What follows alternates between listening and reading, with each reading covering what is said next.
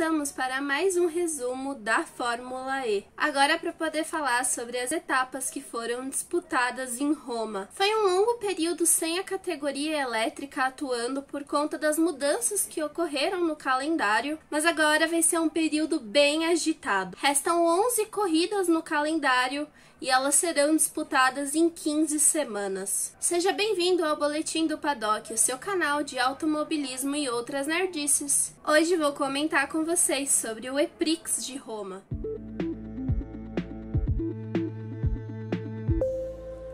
Os italianos tiveram a oportunidade de ver a Fórmula E em mais um evento com 2 corridas. E olha, o público realmente foi prestigiar a categoria elétrica. Vários lá torcendo para o Antonio Giovinazzi, que teve até a presença do seu fã-clube. Só que olha, eu acho que eles não torceram muito não, porque o piloto não teve muita sorte no fim de semana e ainda abandonou a corrida no domingo.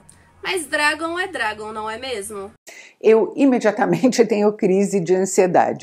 Stoffel Vandoorne conquistou a pole para a corrida do sábado, depois daquela disputa com Robin Freins, nesse novo sistema de classificação que foi implementado para a Fórmula E nesta temporada. A primeira prova foi bem agitada, principalmente por ter a utilização do modo ataque em 2 momentos da prova. E pós-largada ainda aconteceu aquele engavetamento bizarríssimo, onde Oliver Rowland foi mandado para o muro de contenção depois de receber um toque de Eduardo Mortara. E convenhamos, o Mortara nesse fim de semana, meu Deus!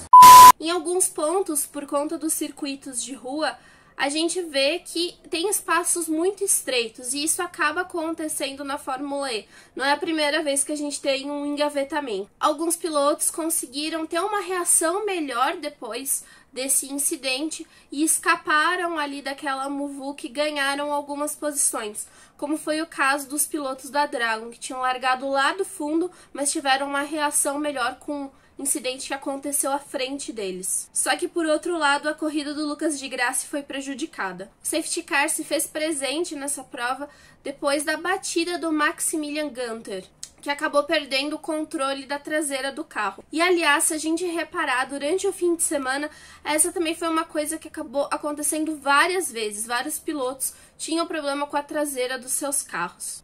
Vandoorne se mostrou muito hábil para poder comandar a relargada e permanecer na liderança. Mas durante o restante da prova ele esteve metido ali em algumas disputas porque o pessoal queria realmente buscar essa primeira posição. Inclusive, voltou a se encontrar com Robin Freins, o mesmo que disputou com ele a pole. E sem dúvida, o destaque do fim de semana vai para Mitch Evans, que conseguiu vencer as 2 corridas. O piloto da Jaguar começou essa corrida da 9ª posição e foi escalando o grid. Jake Dennis da Andretti, que tinha largado da 6ª posição, também estava fazendo uma corrida onde ele escalava o grid. E em um momento ele acabou pintando na 2ª posição. Só que da mesma forma como ele escalou o grid com tanta precisão e foi tão bem, ele começou a decair e perder várias posições, com a performance completamente comprometida da metade para o final da corrida. Só que a prova do Evans foi uma corrida muito consciente,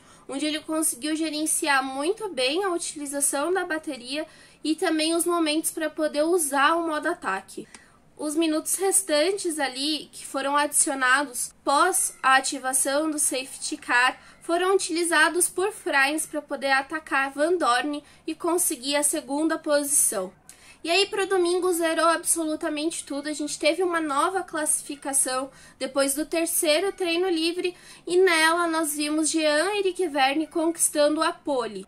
Jake Dennis tinha conseguido fazer uma classificação melhor e largou da 2ª posição, mas não conseguiu reverter isso em um bom resultado na prova do domingo. O desempenho dele foi igualmente comprometido nessa 2ª prova. Só que diferente da prova que a gente teve lá no sábado, onde os pilotos largaram e teve toda aquela confusão, essa corrida começou de uma forma mais tranquila, com o pessoal tomando mais cuidado. Um outro detalhe importante foi que a direção de prova mudou a ativação do modo ataque. Ele foi realizado em apenas um acionamento com duração de 8 minutos. E essa é uma prática recorrente da categoria, onde nós vemos que quando tem rodadas duplas, eles acabam mudando a mecânica de utilização do modo ataque para poder fazer com que a corrida seja diferente, para poder dar um outro ponto e também para que os times quebrem um pouco mais a cabeça na utilização desse modo ataque. Só que eu, como pessoa que assiste a categoria e gosta bastante dela, dou preferência mais e gosto mais, na verdade, quando a gente tem duas ativações de modo ataque, porque dá uma dinâmica melhor para a prova. Eu vejo que os times conseguem trabalhar muito melhor do que com uma ativação mais longa, que às vezes é interrompida também pela ação do safety car.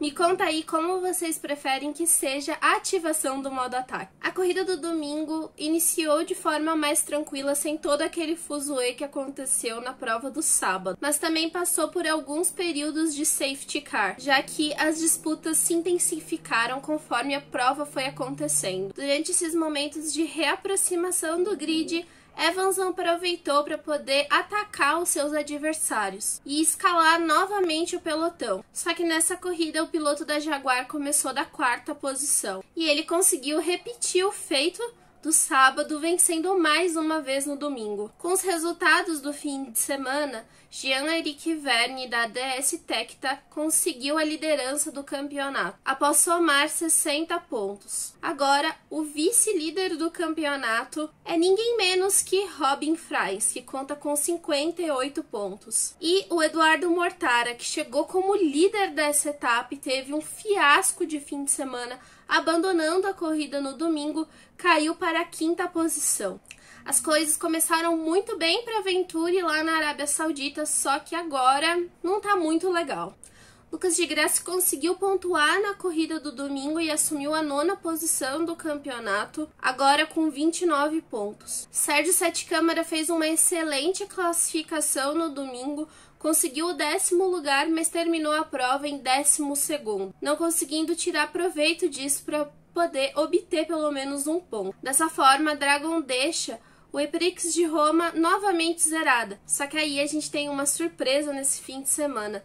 Dan Tickleton, estreante na categoria e que corre pela NIL 333, conseguiu o seu primeiro ponto ao terminar a prova no 10º lugar. Câmara até falou que o carro estava um pouco mais preparado depois desse período aí de pausa, que eles tinham conseguido algum progresso com o equipamento, mas ainda não foi suficiente para a Dragon pontuar. Vamos ver se na corrida que vai ser realizada em Mônaco, eles conseguem o seu primeiro ponto. A Fórmula E costuma ter corridas bem agitadas em Mônaco, diferente da Fórmula 1, já que os seus carros são menores e assim também possibilita ter um pouco mais de disputa. Fora que a categoria está mais acostumada a correr em circuitos de rua do que a própria Fórmula 1. Gostei bastante de vir aqui comentar com vocês um pouco sobre a etapa de Roma, principalmente agora que a categoria já conseguiu lidar melhor com esse momento aí de utilização do safety car e também da adição de alguns minutos quando esses períodos de interrupção acabam acontecendo. Outro ponto positivo é que ao chegar na Europa a gente também vê que os fiscais de pista estão mais habilitados a realizar o trabalho e conseguem fazer as remoções dos carros pós-acidente de uma forma mais rápida. Assim a gente tem a ação na pista e a retomada da corrida de uma forma muito melhor. Até mesmo na corrida do domingo a gente teve uma limpeza bem rápida depois que o Nick Cassidy abandonou a prova e assim a gente também teve bandeira verde para a última volta, possibilitando um pouco mais de disputa. E fiquei muito satisfeita com a vitória do Mitch Evans nas duas provas, apesar de a gente falar muito aqui, né? A Fórmula E é extremamente disputada, mas quando alguma equipe consegue arrumar um bom acerto e consegue ter um bom resultado na etapa, isso também precisa ser falado. E o Mitch Evans, de fato, fez um grande trabalho aí, conseguindo escalar o pelotão, tomando cuidado para poder não se envolver em incidentes e obter 2 vitórias. A gente também tá vendo uma dificuldade de alguns times de encontrar um acerto no fim de semana, justamente pela limitação que temos com os treinos livres, já que eles têm um período muito curto para poder verificar todo o equipamento e também já conseguir estabelecer os seus ajustes e as estratégias para o fim de semana. Não é todos os times que conseguem essa perfeição para etapa. Espero que você tenha gostado dessa atualização aqui da Fórmula E e que também aproveite o próximo Eprix. Passe lá no site do Boletim do Paddock, conheça o nosso trabalho e todo o nosso material, para que você também veja como foi toda a corrida na íntegra. Tem todos os textos lá que abordam as 2 etapas de Roma e também as corridas que já passaram. Antes de sair desse vídeo, não deixe de se inscrever aqui no canal, também já deixar o seu like nesse vídeo para poder contribuir com o nosso trabalho. Deixe também aqui um comentário, não se esqueça de ativar o sininho para não perder nenhum dos nossos próximos vídeos aqui no canal. Eu sou a Débora Almeida e eu te vejo depois de Mônaco.